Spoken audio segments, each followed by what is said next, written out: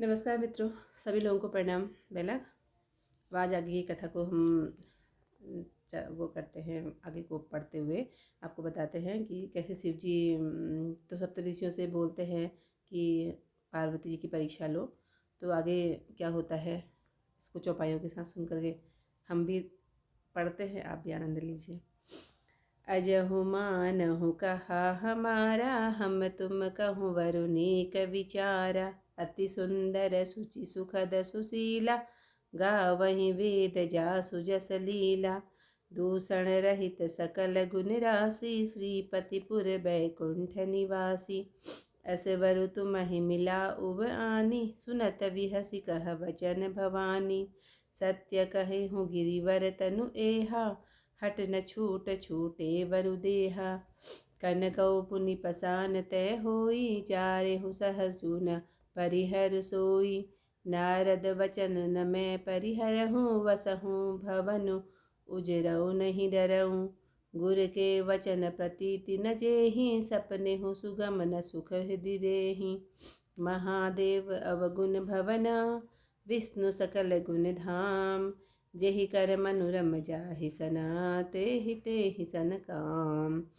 जो तुम मिलते हूँ प्रथम मुनीसा, सुनती हूँ सिख तुम्हारी दसी सीसा। अब मैं जन्म संबोहित हारा, गो को गुण दूषण करे विचारा। जो तुम्हारे हट हृदय विशेषी, रही न जाय बिन किए वरेसी। जो कौतिक अन आल सुनाही, वर कन्या अनेक जग माही। जन्म कोटि लगी रगर हमारी, वरऊ शंभु न तरहु कुवारी।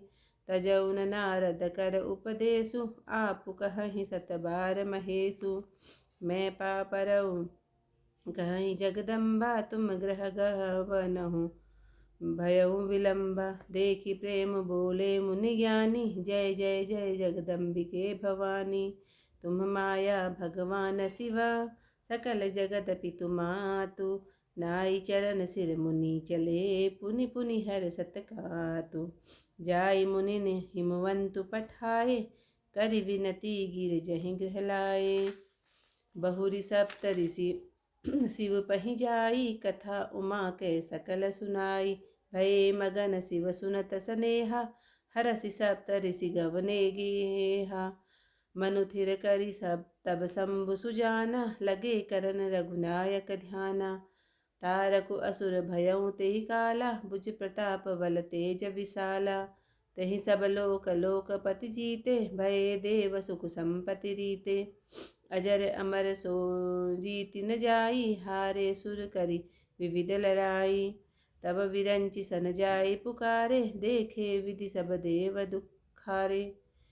सब सन कहा बुझाई विधि, धनुज निधन तब होई।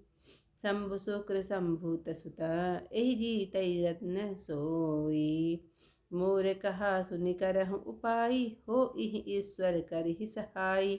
सती जो तजी दक्ष मख देहा, जन्मि जाय हिमांचल गेहा। तेहि तपु कीन शंभुपति लागी, शिव समाधि बैठे सबु त्यागी। यद्यपि अहि असमंजस भारी, तदपि बात एक सुनहु हमारी। पठवउ काम जाय शिव पाहि, करे क्षोभ शंकर मन माहि। तब हम जाय शिवहि सिर नाई, करवाउअ विवाह वरियाई। एहि विधि भलहि देव हित होई, मत अति निक कहै सबु कोई।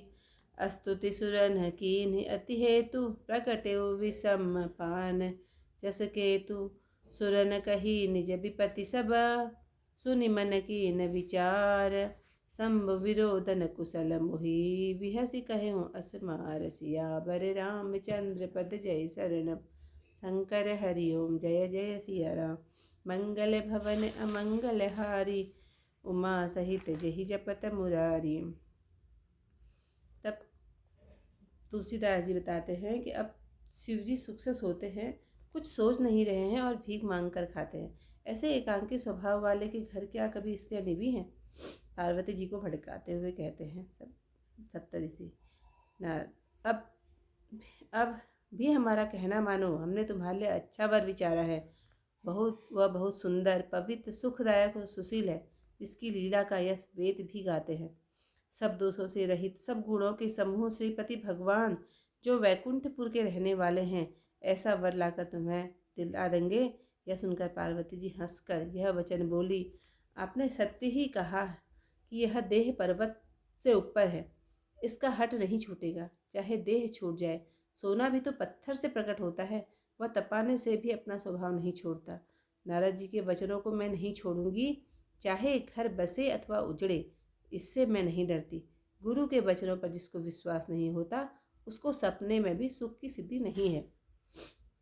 शिवजी अवगुणों के घर और विष्णु सब गुणों के स्थान हैं, यह सही है, पर जिसका मन जिसमें रम जाए उसको तो उसी के काम है।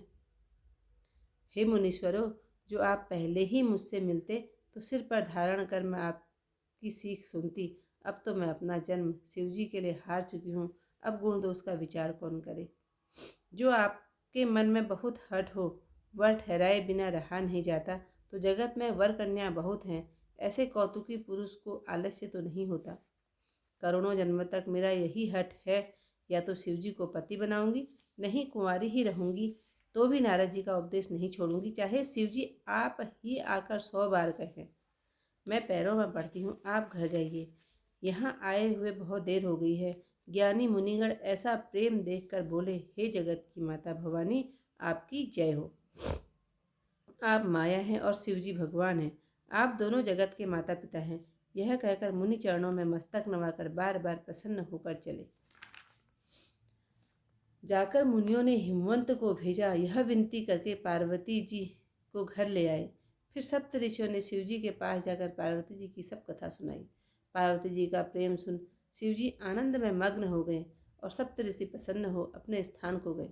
तब सुजान शिवजी मन को स्थिर करके रघुनाथ जी का ध्यान करने लगे। उसी समय तारक नाम का एक दैत्य हुआ। उसकी भुजाओं का प्रताप, बल और तेज बड़ा भारी था। उसने सब लोगों और लोकपालों को जीत लिया। सब देवता सुख और संपत्ति से हीन हो गए। वह अजर अमर था, अतः किसी से जीता नहीं जाता था। देवता लोग उससे अनेक प्रकार युद्ध करके हार गए। तब ब्रह्मा जी के पास जाकर पुकारे। ब्रह्मा जी ने सब देवताओं को दुखी देखा। सबको ब्रह्मा जी ने समझाकर कहा कि इस दैत्य का मरण तो तब हो जब शिवजी के वीर्य से पुत्र उत्पन्न हो, वही उसको रण में जीतेगा। मेरी बात सुनकर उपाय करो, ईश्वर सहायता करेंगे, काम होगा। सती जी ने जो दक्ष के यज्ञ में देह त्याग दिया था, वे हिमाचल के घर जाकर जन्मी है। उन्होंने शिवजी को अपना पति बनाने के निमित्त तप किया है और इधर शिवजी समाधि लगाए बैठे हैं।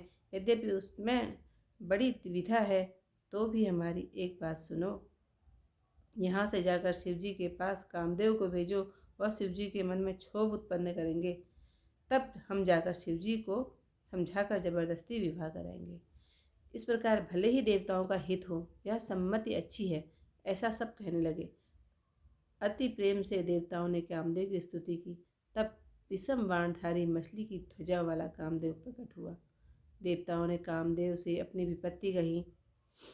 सुनकर मन में विचार करके कामदेव ने ऐसा कहा कि शिवजी से विरोध करने में मेरी भलाई नहीं है।